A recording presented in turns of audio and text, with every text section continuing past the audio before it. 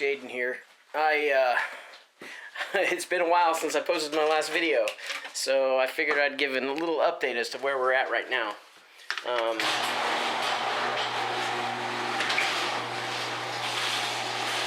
So I had some difficulty with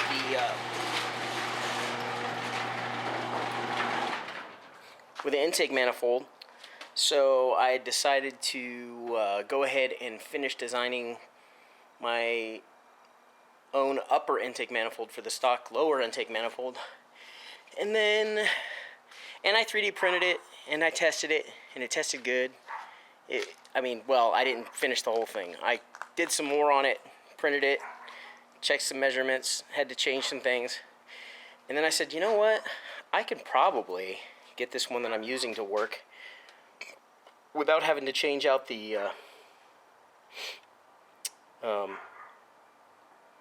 coolant line on the engine, because I have the Mark IV coolant line and this intake manifold doesn't want to fit because of that. Now, if I'm designing my own, it doesn't really matter because I can just design it around everything. But this one was kind of in the way. So this is what I did.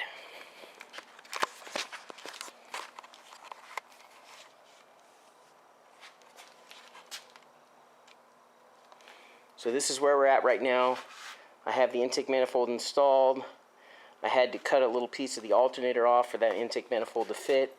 I had to remove the belt and the tensioner, which on this engine is kind of a pain in the ass. But what I did here is I cut the intake manifold in half right here. And then because it's not perfectly round, I had to do measurements and do CAD design. I didn't record any of the designing of the CAD, but I'll show you right here.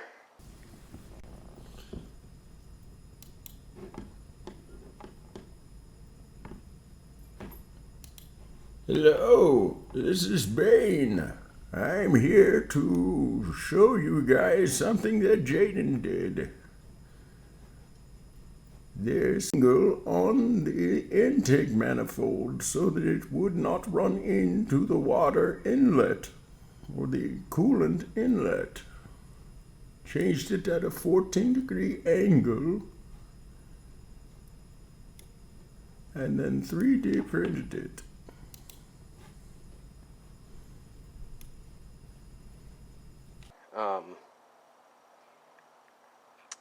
The CAD design and the 3D print.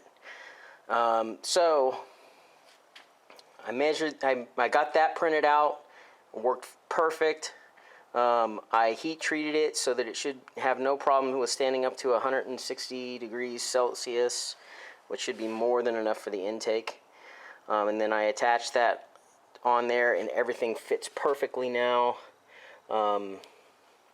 I'm thinking I'm probably going to also design and 3D print an adapter from here to here so that I can just use the standard fuel rail for now. I have these LS truck injectors on there right now. I've got to finish flow matching them. These ones probably aren't going to be the ones that stay in there. I have to finish taking off all of the old harness stuff and then start to wiring, and then I have to start wiring up the standalone. So that's where we're standing. That's where we're at right now. I'll be doing more, and I'll be trying to do it as quickly as possible. I hate when I end up having to take long breaks. I like doing stuff and getting stuff done. But we're moving along, and I will get this first start going as soon as I possibly can. Obviously I can't. I can only do what I can do when I can do it, and the wiring is not going to be fun. It's not going to be easy. So we'll see how long that takes to get it to a point where I can do first start on the turbo. I'll prime it, all that stuff. I'll show you guys something. I got to figure out the easy way to deal with this. I had accidentally broke this off when I was installing the turbo. So I snapped off one of the fuel line connectors right there. So I still have to install the fuel pump, the upgraded fuel pump, although I don't know if I'll need it initially, but I'm still going to do it. Go ahead and install it anyways. But that's where we're at. Got lots of stuff to do. I want to get this running so I can get it out of the garage so I can start assembling my 4.6 block for the FRS.